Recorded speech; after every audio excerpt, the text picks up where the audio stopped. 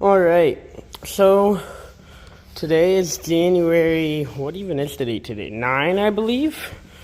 Monday, January 9.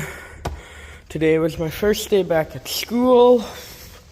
I'm in grade 12. So that was pretty boring, not exciting, but I went to Crossroads today to pick up that oil filter. It just got exchanged for the old dented one, which is awesome.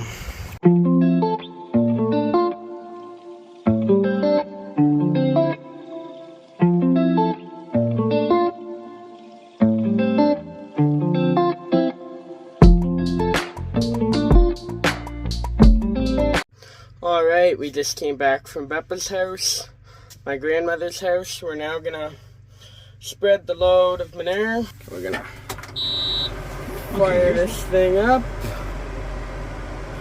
Doesn't need glow plugs, but it is cold. My grandmother's house, it's that house right there. It would have been the house you saw in the last clip. So she turned 83 last November, so in November of 2022. So she still comes to the barn every day, but yeah. There comes Dad with a bale for the straw chopper. Alright, so like I said, that's my grandmother's house. She still comes to the barn every day, like I was saying. She just sweeps. She does it for her own purpose. She finds it very important to her still, and it's something she enjoys to do, so that's why she does it. Lesson for you kids out there, if you're watching, spend as much time with your grandparents as you can. It's very important. You'll never regret spending too much time with your grandparents.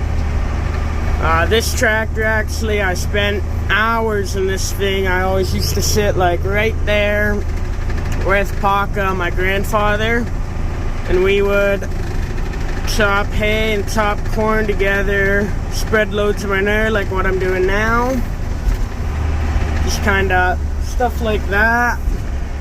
So those are good memories. He did pass away in March 2022. He lived to 90. So yeah, age 84, so that would have been 4.5 years ago. He handed pretty much this tractor over to me, and I did all the jobs that he did with it and kind of replaced him in it. So found that kind of neat. I learned from him, and now I do it myself. So yeah. But spend time with your grandparents, kids. It's important. Just, even though you work with your family, you might not always spend as much time with them as you think. So we are spreading now. Spreading on the hay ground again. I did spread on the soy ground yesterday, but this is where I ended up spreading today, I guess. So we do manure in the mornings. The reason why I'm spreading manure at night now is because I had to go to school this morning, so I left the barn at 7:30, and my dad has a full-time off-farm job, so he, I believe, had to leave the barn at 8:30. So we're just very busy people around here.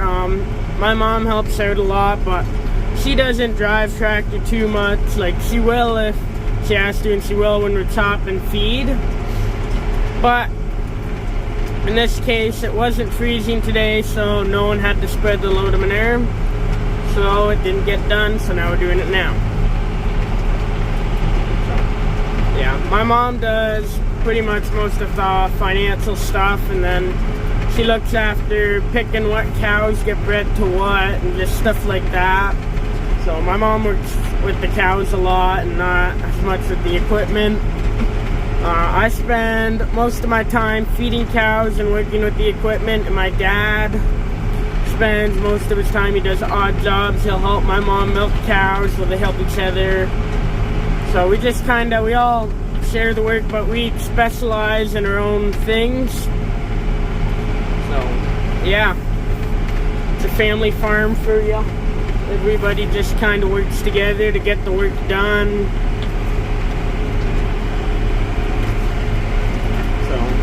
Anyway, the load of manure is now empty, so we are now gonna clean the manure spreader off and head back to the farm. So, yeah.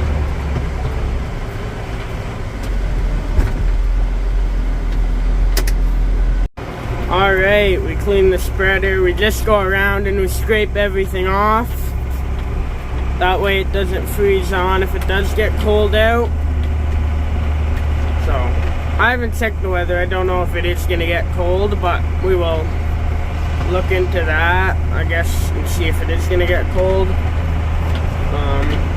We've had trouble with this tractor knocking. If you've been watching all the videos, you'll know that. At the moment, it isn't knocking. Not sure if you can hear that, but it's pretty nice.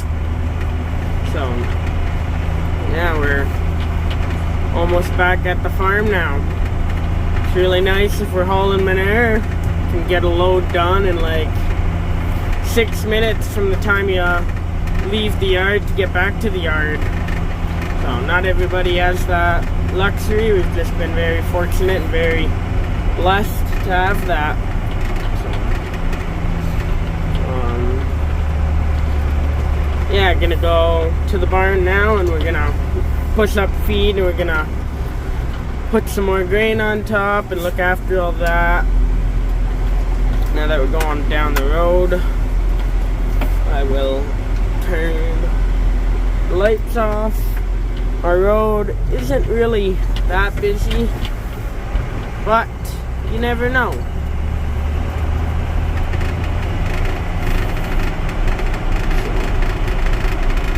Yeah. That house is the house I live in, right over there. And then the farm is, well, the corner post of the tractor is in the way. But that is right there. Everything on our farm is nice and close. Just how it's been built over the years. A little more history, I guess. My family moved to this farm in 1955. I'll be the 4th generation to farm this ground. So, yeah. Gonna park the cab tractor back in the bay over there.